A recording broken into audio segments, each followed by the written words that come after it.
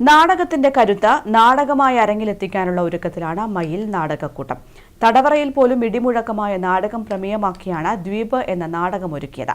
നാടകരാവൊരുക്കി ഫെബ്രുവരി 2-ന് ദ്വീപ് അടക്കം 3 നാടകങ്ങളാണ് മയിൽ ബസ് സ്റ്റാൻഡിൽ ഒരുക്കുന്ന വേദിയിൽ അരങ്ങേറുക.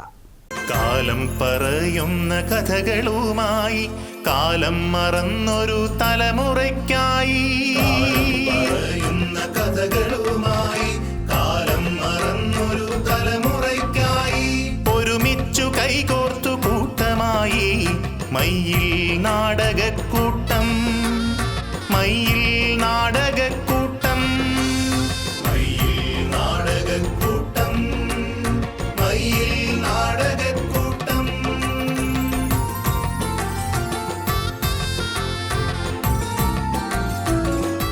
രാജ്യത്തിന് അനുകൂലമായി യുദ്ധം ചെയ്ത ഈറ്റോപ്യത്തിന്റെ ശവശരീരം രാജകീയ ബഹുമതിയോടുകൂടി രാജ്യത്തിന് എതിരായി യുദ്ധം ചെയ്ത പോൾനിക്കസിന്റെ ശവശരീരം കഴുകന്മാർക്കും കുറുനിരകൾക്കും തിന്നാൻ ഇട്ടുകൊടുക്കുവാനും രാജാവ് കൽപ്പിച്ചു.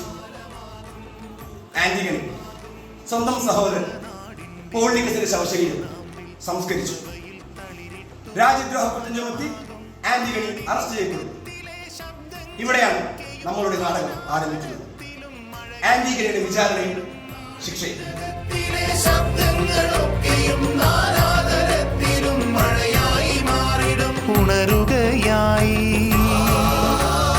ഉണരുകയായി അരങ്ങും വെളിച്ചവും പൊരുതുന്ന മാറ്റത്തിനൊരുമയുടെ ഗീതം ഒരുമയുടെ ഗീതം ഒരുമയുടെ ഗീതം മയിൽ നാടകക്കൂട്ടം മയിൽ നാടകക്കൂട്ടം.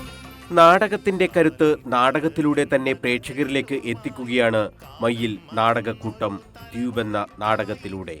തടവറയിൽ പോലും ഇടിമുഴക്കമുണ്ടാക്കാൻ നാടകത്തിന് കഴിയുമെന്ന് തെളിയിച്ച ചരിത്രത്തെയാണ് ദ്വീപ് സാക്ഷ്യപ്പെടുത്തുന്നത്. നെൽസൺ മണ്ടേല തടവറ ജീവിതം നയിച്ച റോബിൻസൺ ദ്വീപിൽ രാഷ്ട്രീയ തടവുകാരായി എത്തിയ 2 പേരുടെ കഥയാണ് ദ്വീപ് എന്ന നാടകം. ജോൺ കാനി, വിൻസെന്റ് നതാഷെ എന്നിവരുടെ ജയിൽ ജീവിതമാണ് അരങ്ങിലേക്ക് എത്തുന്നത്.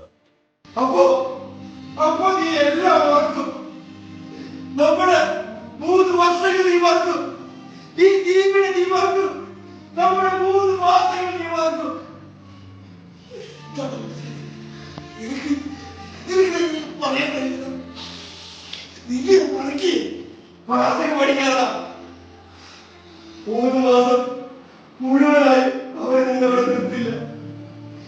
2 മാസം കഴിഞ്ഞ റോബിൻസൺ ദ്വീപിലെ ഇരുട്ടുമൂടിയ സെല്ലിൽ ജയിൽ ദിനത്തിൽ ആന്റിഗണി എന്ന നാടകം പുനരവതരിപ്പിക്കുകയാണ് ജോൺ കാനിയും വിൻസെന്റ് നതാഷയും. ജയിൽ അധികൃതരുടെ കണ്ണുവെട്ടിച്ച് അതീവ രഹസ്യമായി നടക്കുന്ന റിഹേഴ്സൽ, രംഗസജ്ജീകരണം എന്നിവയിലൂടെയെല്ലാം നാടകം കടന്നു പോകുന്നുണ്ടെന്ന് നാടകത്തിന്റെ സംവിധായകൻ CC ഗണേഷ് ബാബു മയ്യിൽ. ഇത് നാടകമായ ഒരു അനുഭവത്തിന്റെ ഇതാണ്. നെൽസൺ മണ്ടേല ഈ റോബിൻസൺ ഐലൻഡിൽ ഉണ്ടായിരുന്ന സമയത്ത് തടവുകാരായിരുന്ന ആൾക്കാരായിരുന്നു ജോൺ കാനിയും വിൻസെന്റ് നതാഷയും.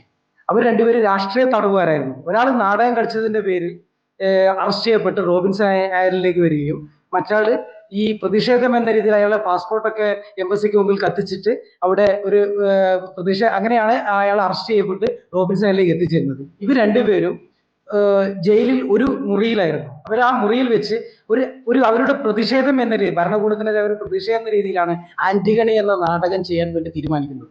അത് വേണ്ടുന്ന പ്രോപ്പർട്ടികൾ എല്ലാം ജയിലധികൃതവും ഇത് കാണാതെ ഈ പ്രോപ്പർട്ടികൾ, കോസ്റ്റ്യൂം ഇതൊക്കെ തയ്യാറാക്കി വെച്ച് അവർക്ക് മാത്രമായിട്ടുള്ള ഒരു ദിവസമുണ്ട്, പ്രിസൺ കൺസേർട്ട്.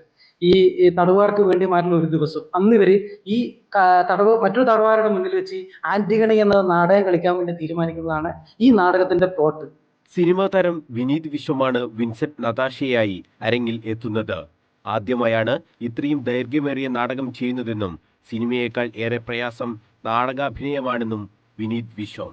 സിനിമ എന്താ പറയാ, നമ്മൾ അവിടെ ചെല്ലുന്നു, സ്ക്രിപ്റ്റ് നമുക്ക് നേരത്തെ കിട്ടിയെങ്കിലും നമുക്ക് ഇത്രയും ഒരു റിഹേഴ്സലും അത്രയും സെഷൻസ് ഒന്നും ഇല്ല. ഇത് നമ്മളൊരു 1 മാസത്തോളമായിട്ട് ഈ ക്യാരക്ടറായിട്ട് ഇങ്ങനെ വായിച്ച് പിന്നെ 1.5 മണിക്കൂർ നിർത്താതെ അഭിനയിക്കാന്ന് പറഞ്ഞു കഴിഞ്ഞാൽ കുറച്ച് ബുദ്ധിമുട്ടാണ്. സിനിമയിലാകുമ്പോൾ നമുക്ക് കുറച്ച് കട്ടും ഇടവേളകളും, ഒരു സിനിമ എടുക്കുക 1 മാസത്തെ ഇടവേളയിലായിരിക്കും, പല സമയങ്ങളിലായിരിക്കും ചെയ്യുക. ഇത് നമ്മൾ ഒരു പ്രാവശ്യം സ്റ്റേജിൽ കയറി കഴിഞ്ഞാൽ അവസാനിക്കുന്ന ഓരോ സ്റ്റേജിൽ തന്നെ നിൽക്കാൻ ഒരു പുതിയ അനുഭവമായിരുന്നു. സ്കൂൾ സമയങ്ങളിലൊക്കെ ഒരു 20 മിനിറ്റ് നാടകത്തിലൊക്കെ കളിച്ചിട്ടുണ്ട്. പിന്നെ ഞാൻ അത്രയ്ക്ക് കളിച്ചുള്ളൂ. മാക്സിമം ലെങ്ത് 20 മിനിറ്റ് ആണ്. ഇത് ആദ്യമായിട്ടാണ് 1 മണിക്കൂറിന് മുകളിലുള്ള ഒരു നാടകം കളിക്കുന്നത്. അത് ഭയങ്കര വല്ലാത്തൊരു എക്സ്പീരിയൻസ് ആയിരുന്നു. ജോൺ കാനിയായി അരങ്ങിൽ എത്തുന്നത് TK ഷീനുവാണ്. ദക്ഷിണാഫ്രിക്കൻ നാടകക്കാരനായ ആദോൾഫ് ഫ്യൂഗാർഡാണ് നാടകത്തിന്റെ രചയിതാവ്. നാടകരാവിൽ അരങ്ങിൽ എത്തുന്ന മറ്റൊരു നാടകം വർത്തമാനമാണ്. ഏകപാത്ര നാടകമായ വർത്തമാനവുമായി MK നാരായണനാണ് അരങ്ങിൽ എത്തുക.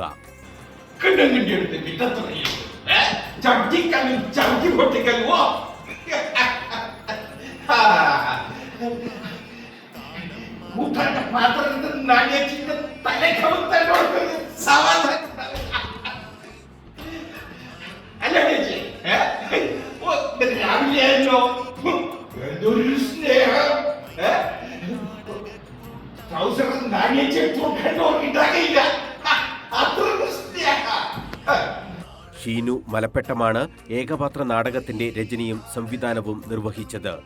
മയ്യിൽ നാടകക്കൂട്ടത്തിന്റെ ചിൽഡ്രൻസ് തിയേറ്റർ ഒരുക്കുന്ന ഉറുമ്പുകൾ ഉറങ്ങാറില്ല എന്ന നാടകമാണ് മറ്റൊരു ആകർഷണം. മയ്യിൽ പ്രദേശത്തെ കുട്ടികൾ അരങ്ങിലെത്തിക്കുന്ന നാടകത്തിന്റെ സംവിധാനം A. അശോകനാണ്.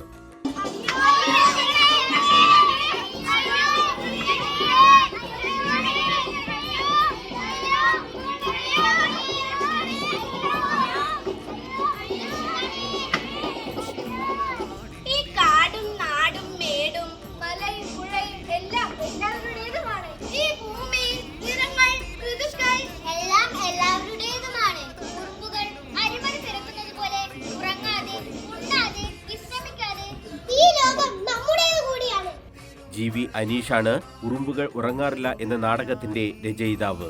മയ്യിൽ നാടകക്കൂട്ടത്തിന്റെ കഴിഞ്ഞ 8 വർഷത്തെ പ്രവർത്തനത്തിലൂടെ അരങ്ങിലെത്തിയത് നിരവധി നാടകങ്ങൾ. അരങ്ങിൽ നിന്ന് അപ്രത്യക്ഷമായി കൊണ്ടിരിക്കുന്ന നാടകത്തെ ഈ കൂട്ടായ്മ തിരികെ പിടിച്ചു. നാടകം കാണാൻ കാണികൾ എത്തി. നാടിന്റെ ഈ പിന്തുണയാണ് മയ്യിൽ നാടകക്കൂട്ടത്തെ മുന്നോട്ട് നയിക്കുന്നതും. ഒരുപാട് പേർ മറ്റെല്ലാം മാറ്റിവെച്ച് നാടകത്തെ നെഞ്ചേറ്റിയതിന്റെ ഫലം കൂടിയാണ് ഈ കൂട്ടായ്മ.